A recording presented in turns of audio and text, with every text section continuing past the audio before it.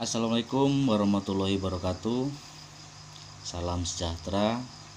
Salam jumpa kembali bersama saya Aditya Suryodiningrat. Di konten kali ini akan saya coba membahas tentang manfaat dari pijat atau urut tradisional. Ternyata bisa membuat orang itu awet muda. Sebelum kita bahas tentang manfaat urut atau pijat tradisional, silahkan subscribe dan like di bawah ini. Manfaat urut dan pijat itu ternyata luar biasa. Itu kenapa?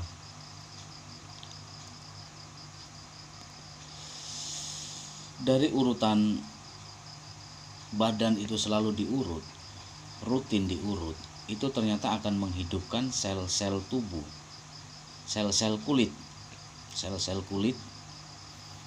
dan dia akan melancarkan peredaran darah dan akan menumbuhkan sel-sel kulit yang telah mati menjadi sel-sel yang baru. Jadi kulit kita ini akan selalu cerah, akan selalu kencang dan bersinar. Jadi akan beda sekali kalau Anda perhatikan orang yang berumur di atas 50 tahun. Dia sering urut, sering pijat, dengan orang yang di atas 50 tahun yang tidak pernah urut. Itu akan terlihat tua orang yang gak pernah pijat dan urut itu. Karena apa? Karena sel-sel kulitnya akan mati, tidak akan memicu menumbuhkan sel-sel yang baru. Dan itu memang realita.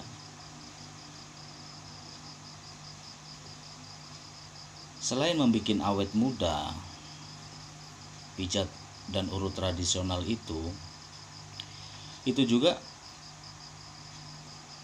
akan membuat antibodi di dalam tubuh kita ini itu akan kuat, imun kita akan kuat, kekebalan tubuh itu akan kuat. Itu disebabkan dari mana? Karena setelah diurut atau dipijat itu peredaran darah merah itu lancar. Darah merah lancar itu akan memicu sel darah putih itu bekerja, dan sel darah putih itulah yang membantu antibodi manusia itu untuk melawan semua jenis penyakit.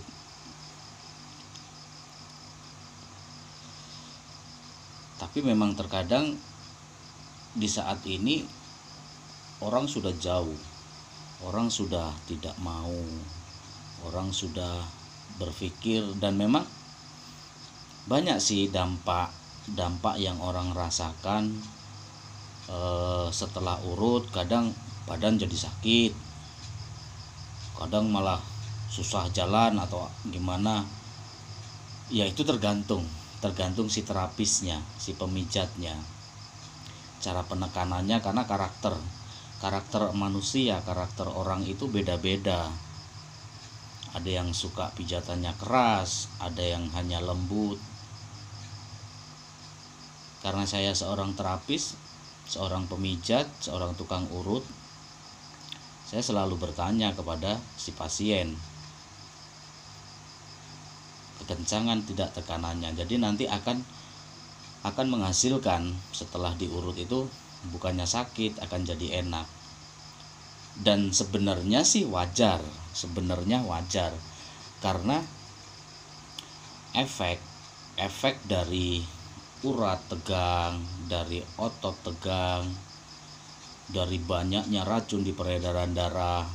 Begitu kita pegang sakit dan itu kencang, begitu kita urut, kita pijit, itu dikendorkan dan itu akan membekas. Kalau orang Jawa itu bahasanya itu jarem, dan itu wajar. 1-2 hari 3 hari sudah enak lagi. Orang yang sering urut itu selain membikin awet muda, itu juga khasiatnya luar biasa, bisa mengobati segala penyakit. Stroke itu harus diurut. Kita tidak bisa mengandalkan hanya medis aja. Kalau medis ya begitu-begitu aja, dan luar biasa kita nggak akan mampu. Karena apa? Di dalam medis itu pasti kalau penyakit stroke itu dianjurkan operasi otak dengan alasan pembekuan darah di otak. Nah, kalau operasi di otak itu satu, biaya di atas seratusan juta. Yang kedua, kemungkinan sembuh itu hanya 50-50. Apabila sembuh, misalnya nih operasi ini berhasil, dia hanya bertahan 3 bulan. Setelah 3 bulan dia akan kebanyakan meninggal. Kalau di atas 3 bulan dia sembuh, itu akan agak-agak idiot. Karena otak ini tidak bisa. Otak ini bikinan Tuhan. Manusia belum bisa membuat otak. Belum bisa operasi otak sempurna. Itu belum terjadi. Nah, kita kembali ke topik manfaat dari urut atau pijat tradisional. Itu melancarkan darahnya itu bagaimana sistemnya. Jadi harus semua dari ujung kaki sampai ujung kepala. Karena pusat darah itu ada, sentral darah itu ada di jantung. Dan jantung itu punya 2 pembuluh, vena. Salah satunya itu vena balik. Nah, vena balik itu terletak di mana? Pembuluh balik itu terletaknya di mana?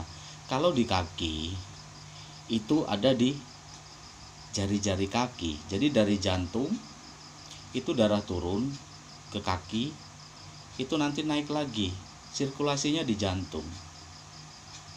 Yang kedua, vena balik itu terletak di jari-jari tangan. Dia akan mengalir di jari-jari tangan dan akan balik lagi ke jantung. Yang ketiga di atas itu sentralnya di otak, berputarnya vena balik itu di otak. Kalau penyumbatan di otak itu stroke ringan, pembekakan di otak itu juga stroke ringan. Tapi kalau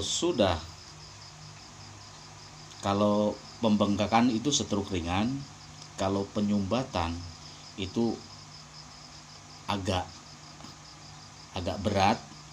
Kalau sudah pecah pembuluh di otak, itu dia stroke-nya sudah stroke parah. Sudah susah bicara, sudah susah berdiri, nggak bisa jalan.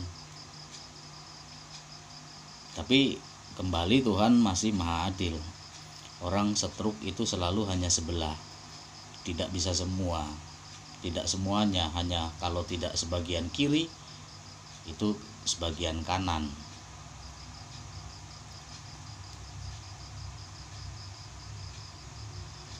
Dengan sirkulasi darah itu yang lancar, itu kita akan sehat, kita akan bugar, dan aura itu terbuka, aura tubuh itu terbuka.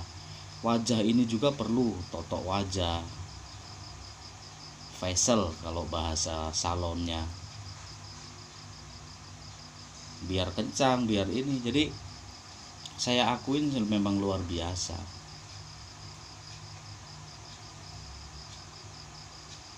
Dan biaya untuk terapi urut, terapi pijat tradisional itu mampu kita, tidak terlalu berat. Beda dengan medis, sangat mahal.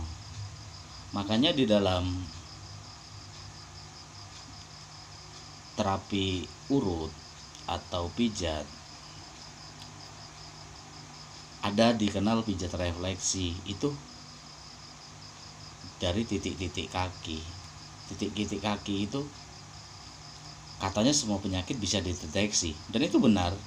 Itu benar, semua organ tubuh, semua saraf itu, dari otak, dari jantung, ginjal, lambung, itu semuanya ada di telapak kaki. Makanya dengan diurut dan dipijat itu melancarkan peredaran darah, vena balik jantung itu dari kaki lancar. Nah, itulah ada sarafnya, ini jalur yang ke jantung, ini jalur yang ke lambung, ini jalur yang ke ginjal. Itu bisa dideteksi dari kaki. Mungkin hanya sampai di sini penjelasan dari manfaat pijat urut tradisional yang luar biasa.